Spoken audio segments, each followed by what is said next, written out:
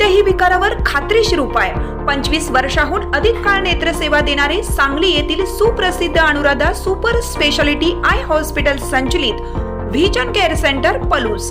डोळ्यांच्या सर्व तक्रारींवर निदान आणि उपचार येथे केले जातात। 10 वर्षांची अविरत सेवा। पलूसकरांच्या विश्वासास पात्र ठरलेले व्हिजन केअर सेंटर, डोळ्यांचा दवाखाना, निकम टॉवर, पलूस तासगाव रोड, पलूस। संपर्क 7387760041 आणि 9272632793।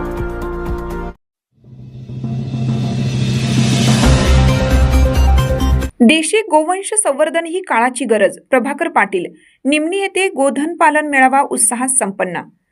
देशी गाय हा भारतीय संस्कृती आणि शेती अर्थव्यवस्थेचा मुख्य कणा आहे। वाढते आजार आणि शेतीचा खर्च कमी करण्यासाठी देशी गोवंश संवर्धन ही आजच्या काळाची मोठी गरज आहे, असे प्रतिपादन प्रभाकर पाटील यांनी केलं।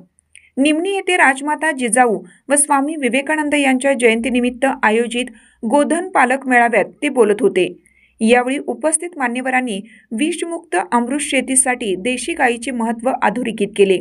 कार्यक्रमाची सुरुवात विधिवत होम हवन, गोमाता पूजन आणि राजमाता जिजाऊ व स्वामी विवेकानंद यांच्या प्रतिमा पूजनाने झाली। स्वागत व प्रास्ताविक माजी उपसरपंच RD पाटील यांनी केलं।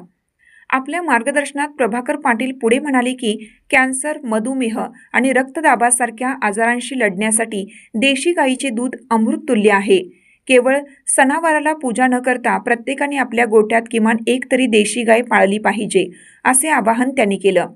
पुष्कर चितळे यांनी या मेळाव्याचे कौतुक करताना हा केवळ कार्यक्रम नसून भारतीय संस्कृतीचा सोहळा असल्याचे सांगितले।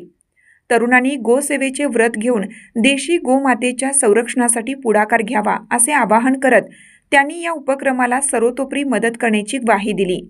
डॉक्टर गणेश गांधले यांनी गायीचे दूध, तूप, शेण आणि गो सहवासाचे शास्त्रीय व आरोग्यदायी महत्त्व विविध उदाहरणांसह पटवून दिले।